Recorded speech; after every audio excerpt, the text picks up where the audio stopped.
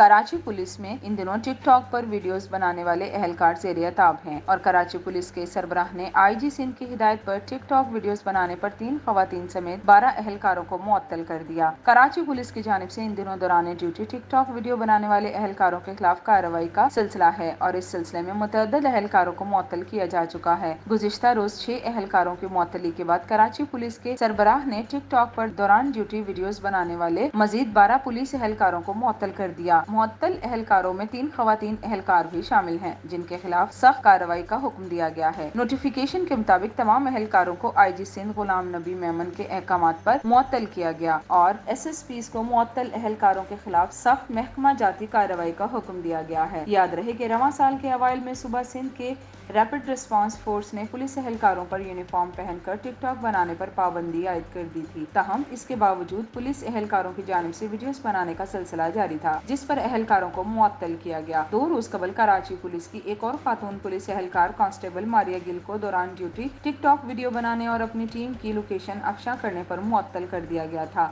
گزشتہ روز بھی کراچی پولیس کے سربراہ نے ڈیوٹی کے دوران غفلت برتنے اور ٹک ٹاک ویڈیوز بنانے پر 12 اہلکاروں کو معطل کر دیا تھا۔